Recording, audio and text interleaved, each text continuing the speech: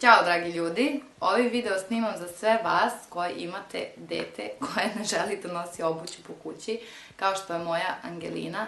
Ja baš dugo nisam imala rješenje za nju, ona od kad se rodila nije sada nosi ni čarape po kući, ništa, non stop voli da bude bosa, to je nekako omiljeno. I ovo što imam ovdje su prve patofnice koje ona želi da nosi po kući, koje ne smetaju, koje ne skida. Tako da želim da podijelim to sa vama u slučaju da i vaše dete negoduje što se tiče obuće ili je izbirljivo što se tiče patofnica.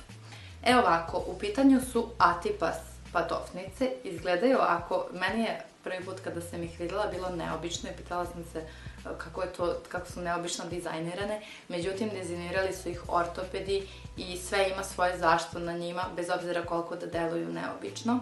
Kao prvo, sastoji se iz đona i ove kao čarapice.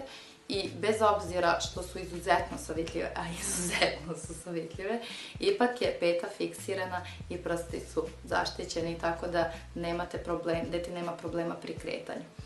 Peta je očvrsnuta, ali opet nije da onako žulja, da ne može da je dozvoli da se kreće.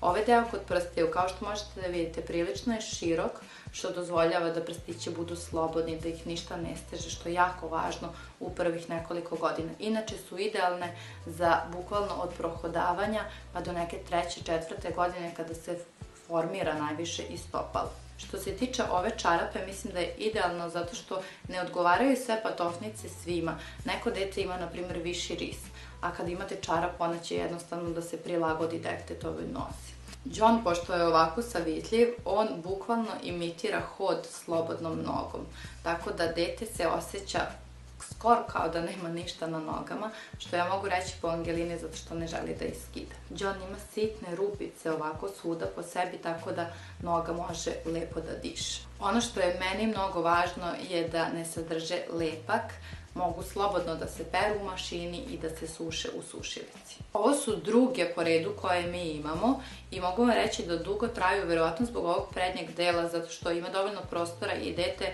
može da ih koristi. Ja ne znam one prve koliko je Angelina, ali nekoliko meseci ih je bukvalno koristila, tako da traju dugo zbog tog prednjeg dela, ne morate često da ih menjate, što je po mom mišljenju odlično. Đon je napravljen od silikona, tako da nema šanse da klize i ona ih nosi po parketu, po pločicama, svuda. Inače, mogu da se nosi i napolje kada je malo veća temperatura za suvo vreme, naravno, pošto imaju te rupice. Mislim da su sjajne i za igraonice, vrtiće, kada odvedete dete na neki rođendan pa ne želite da bude boso, vi želite da ima neke patofnice, u ovome može i da jurca i da trči i da ide na one tobogane i sve, da ih ne osjeća na nogama.